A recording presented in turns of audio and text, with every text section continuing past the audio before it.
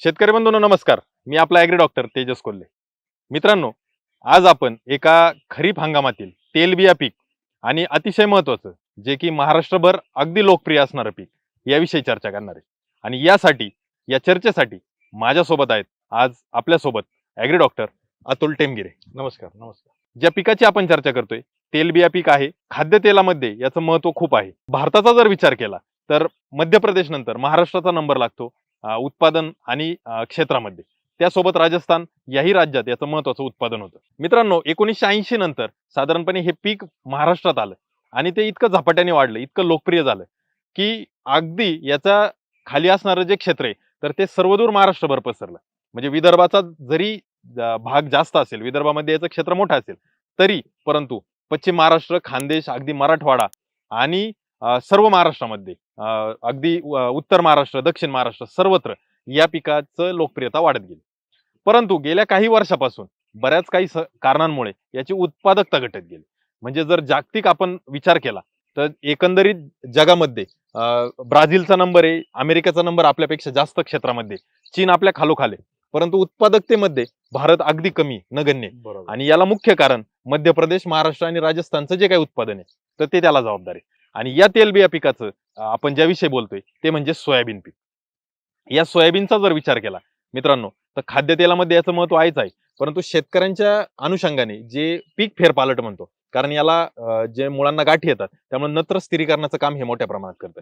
खरीप हंगामामध्ये शेतकऱ्यांना एक जवळचा आसरा, कमी कालावधीत कमी खर्चामध्ये चांगलं येणारं पीक म्हणून हे पीक खूप लोकप्रिय झालं. 80 पासून 2024 पर्यंत झपाट्याने वाढलं. परंतु उत्पादकता घटत घटत गेली आणि ती अगदी इतकी घटलेली आहे की आजच्या परिस्थितीमध्ये सोयाबीन उत्पादन घेणं शेतकऱ्यांना बिलकुलही परवडत नाही किंवा सोयाबीन उत्पादक शेतकरी अक्षरशः मेटाकुटीला आलेला आहे.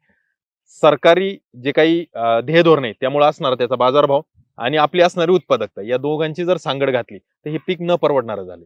दुसरं असं की याचा उपयोग फक्त तेलबिया पिकामुळे तेलासाठीच नाही तर बाकी पण जे काही आपले अँटीबायोटिक वगैरे बनवतो त्यामध्ये याचा उपयोग होतो. प्रोटीन किंवा जे प्रथिनाचा मुख्य सोर्स आहे तर तोही सोयाबीन म्हणून वापरला जातो.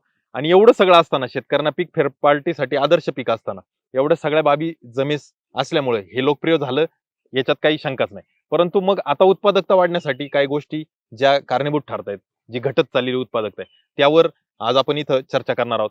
शेतकरी बांधवांनो, या पिकाविषयी तुमच्याही मनात काही प्रश्न असतील, काही शंका असतील तर त्या जरूर तुम्ही कमेंट करा, जेणेकरून आज आपल्यासोबत जे अतुल सर आहेत तर ते त्याविषयी आपल्यासाठी सविस्तर असं मार्गदर्शन करू शकतील.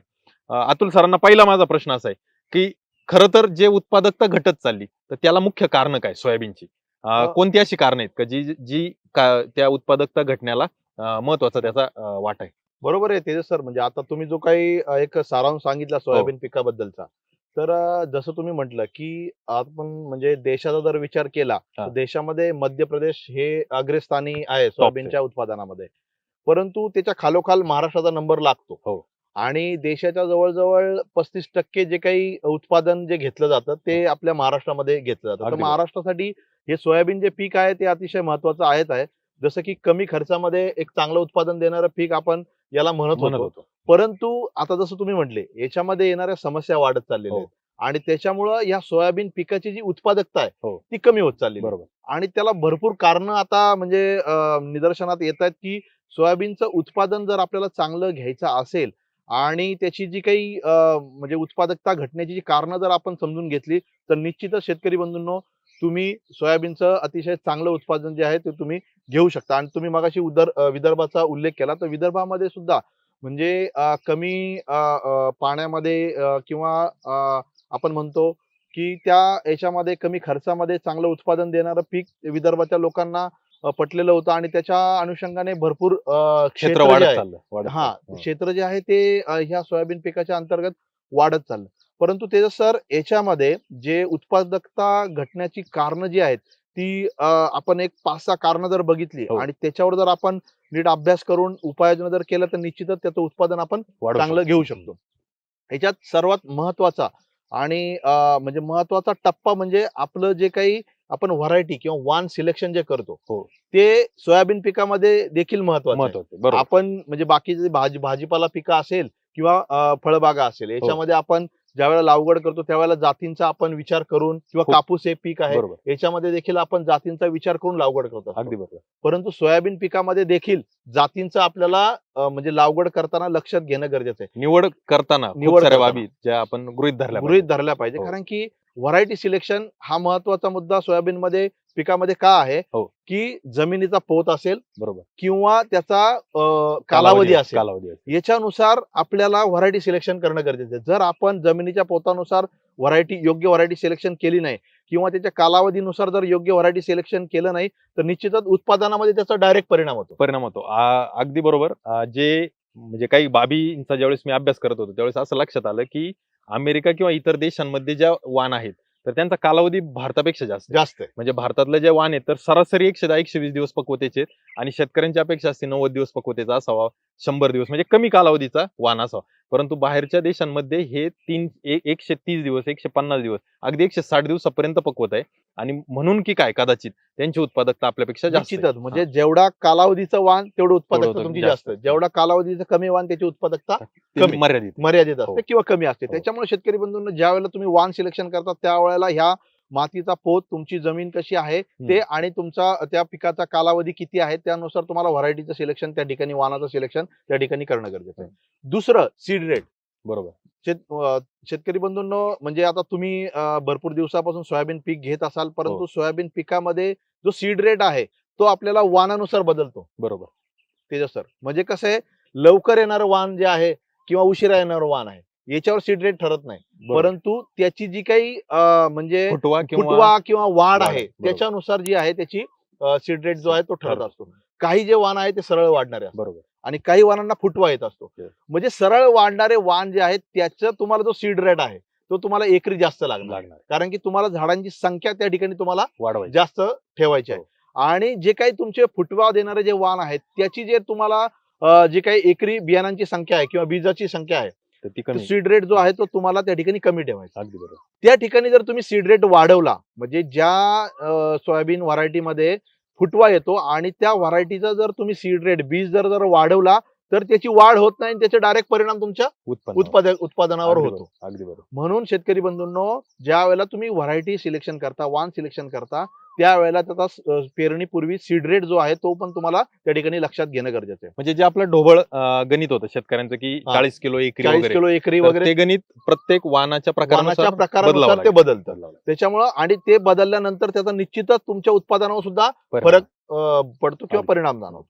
तिसरा महत्वाचा या ठिकाणी मुद्दा आहे की लागवडीची पद्धत. हा. ते जर सोयाबीन पिकामध्ये आहे ना, 3 प्रकारे समजा आपण लागवड करतो. एक आपली जुनी पद्धत, ट्रॅडिशनल पद्धत, जी हो. पेरणी पद्धत आपण टिपणीने पेरणी करत करतो. होतो. हा. त्याच्यानंतर बीबीएफ पद्धत आली. हो. म्हणजे 5 ते 6 ओळीनंतर एक सरी मोकळी मोकळी सोडायची. मोकळी सोडायची, ती बीबीएफ पद्धत आली आणि त्याला चांगला म्हणजे प्रतिसाद मिळतो आहे आणि त्याचा उत्पादनावर सुद्धा परिणाम दिसून आलेला आहे. चांगला आला. हा. तिसरी जी पद्धत आहे ती टोकन पद्धत. हा.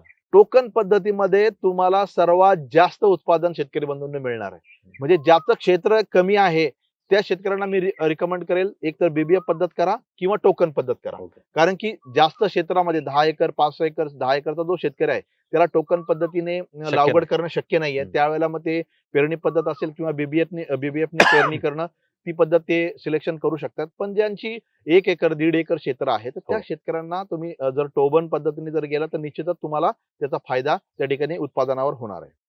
याच्यानंतर ज्यावेळेला आपण सीड आणतो, बीज आणतो आणि लागवड करतो, लागवड करण्यापूर्वी तेजस सर, बीज प्रक्रिया करणं खूप महत्त्वाचं. महत्वाचं. बरोबर. काही शेतकरी करतात, काही शेतकरी करत नाही. हम्म. परंतु हे बीज प्रक्रिया का करणं गरजेचं आहे हे शेतकऱ्यांनी थोडं समजून घेणं गरजेचं आहे. कारण की बीज प्रक्रिया केल्यानंतर 2 ते 3 गोष्टी सोयाबीन पिकामध्ये आपल्याला, ज्या मी आता या ठिकाणी जे सांगणार आहे त्या खूप महत्वाच्या आहेत. एक तर सोयाबीन पिकामध्ये जो महत्वाचा प्रॉब्लेम येतो, चक्री भुंगा असेल बरोबर.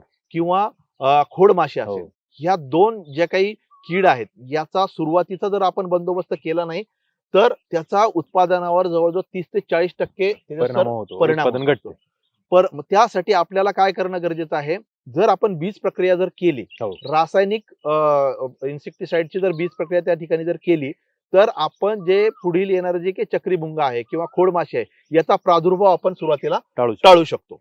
दुसरी गोष्ट, सोयाबीन हे पीक जे आहे, सोयाबीनच्या पिकाच्या मुळाच्या याच्यावर गाठी येतात. बरोबर. आणि ह्या गाठी ज्या आहेत ते हवेतला जो नत्र आहे तो स्थिरीकरण करत हो. असतात. मुक्त नत्राचं स्थिरीकरण करण्याचं काम मुक्त त्या गाठी नत्राचं स्थिरीकरण करत हो. असतात आणि जेणेकरून जमिनीमध्ये नत्राचा जो काही साठा आहे किंवा जे वाढ. काही वाढ होत असते आणि त्याच्यामुळे त्याचा डायरेक्ट फायदा जो आहे तो सोयाबीनच्या उत्पादनावर सुद्धा होतो. होत असतो.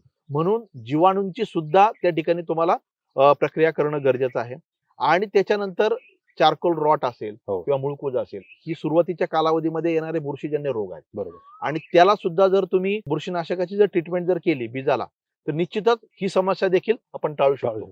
म्हणजे ह्या समस्येमुळं आपल्याला जवळजवळ 10 ते 20% आपण म्हणजे उत्पादन वाढू शकतो. हम्म. म्हणजे आपल्याला काय आहे, एक तर वाण सिलेक्शन झालं, तुमचं आता हे मी लागवड पद्धत झालं आणि ही बीज प्रक्रिया. या 3 गोष्टींमुळे तुम्ही 30 ते 40% तुमच्या उत्पादनामध्ये म्हणजे सुरुवातीलाच तुम्ही तुमचं उत्पादन 30 ते 40% वाढून घेतले शेतकरी. ह्या हो. 3 जर गोष्टी तुम्ही त्या केल्या. ठिकाणी केल्या तर. आपले जे काही प्रश्न असतील सोयाबीन बद्दल त्या कमेंट करून सांगा, जेणेकरून आपण पुढील व्हिडिओमध्ये सोयाबीनचं जे काही उत्पादन आहे त्याविषयी सविस्तर परत एक व्हिडिओ आपण भाग 2 मध्ये त्यावर चर्चा करू. मित्रांनो, व्हिडिओ आपल्याला नक्की आवडला असेल, आपण लाईक करायला विसरू नका. हा व्हिडिओ आपल्या इतर सोयाबीन उत्पादक शेतकरी बांधवांना शेअर जरूर करा आणि ॲग्रोस्टारच्या चॅनलला अजूनही आपण सबस्क्राईब केलं नसेल तर सबस्क्राईब करायला विसरू नका. फेसबुकवर असाल तर फेसबुकवरही फॉलो करा. इंस्टाग्रामवर आपण हा व्हिडिओ पाहत असाल तर इंस्टाग्रामलाही फॉलो करायला आपण विसरू नका. शेतीच्या संबंधित आपण विविध विषयांवर या ठिकाणी चर्चा करत असतो आणि कमी खर्चामध्ये उत्पादन वाढवण्यासाठी काय उपाययोजना आपल्याला करता येतील त्यासाठी आम्ही धडपडत असतो. निश्चितच आपला प्रतिसाद हा आमच्यासाठी अनमोल आहे आणि नक्कीच आम्ही आपल्यापर्यंत विविध विषयांवर असेच व्हिडिओ घेऊन येऊ. तुर्तास थांबूया. धन्यवाद.